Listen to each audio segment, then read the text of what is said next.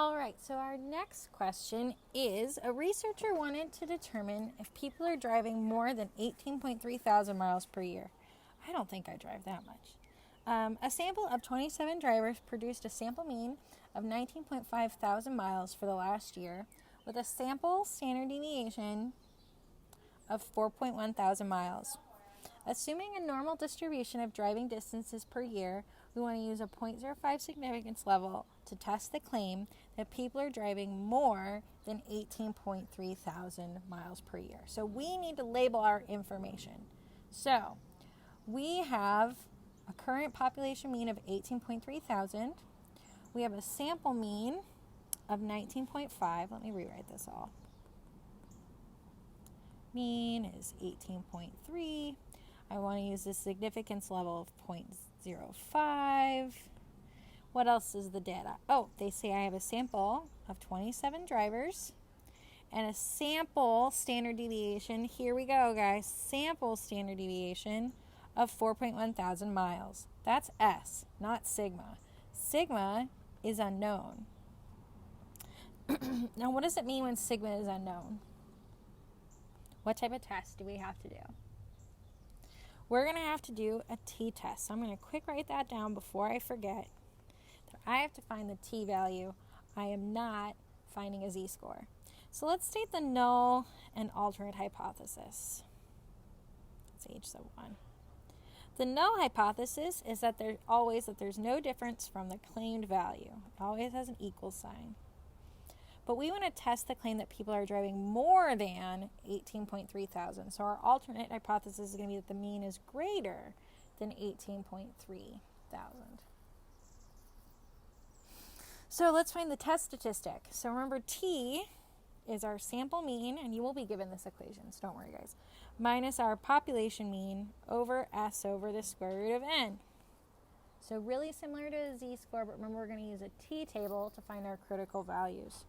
So I have 19.5 minus 18.3 over 4.1 over the square root of 27, and I get 23.06. The next thing I need to do is go to my t-table, keeping in mind that this is a right-tailed test.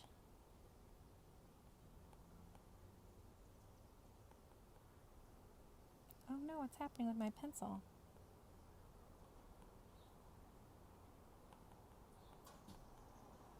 Okay, so this is a right-tailed test, and that means that I am looking at the area in one tail, and I'm looking at that area in the one tail to be 0.052. So I have a t-table value, which gives me my critical value of 1.706. So let's write a statement comparing the p-value and our alpha. Okay, now this isn't our p-value, this is our critical value. Our p-value based on this is that I have a score less than, I have an area less than 0.005.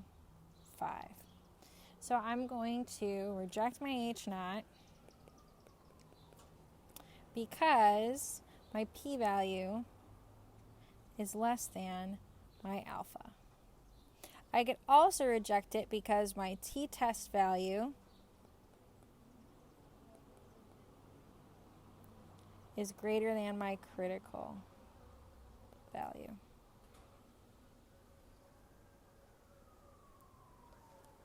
All right, last but certainly not least, this is from chapter 10. This is linear regression, right? So the paired data consists of the temperature in Fahrenheit on randomly chosen days and the amount a certain kind of plant grew in millimeters. Let's just say it's daisies, not a certain kind of plant. Let's pick something pretty. So I'm going to use the statistic results provided over here to construct a regression equation. So remember that y equals mx plus b. That's the equation for a line. And I am given, my m is my slope and my b is my y-intercept, so I need to round all values to 3 decimal places. So I have y equals mx plus b, and then I just go ahead and substitute. I know my slope M is 0.591. And I know my y-intercept B, it tells us right there, is 40.278. Now, I want to use this regression to predict the expected growth when the temperature is 75 degrees. So we're going to round this value to 1 decimal place, okay? So what I do in order to solve this is I substitute in 75 degrees for x, right? Because x is our temperature and y is our growth.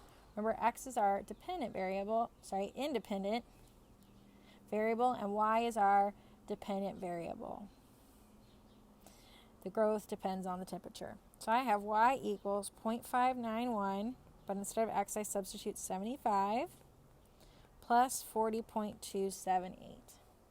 That's going to give me 84.6.